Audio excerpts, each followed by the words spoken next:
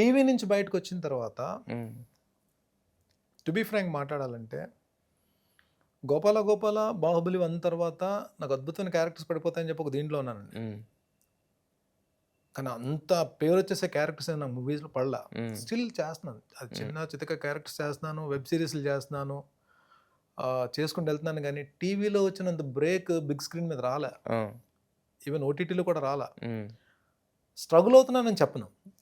నేను నా లైఫ్ నాకుంది, నా నేను నా నా నా- నా జీవితం నాకుంది.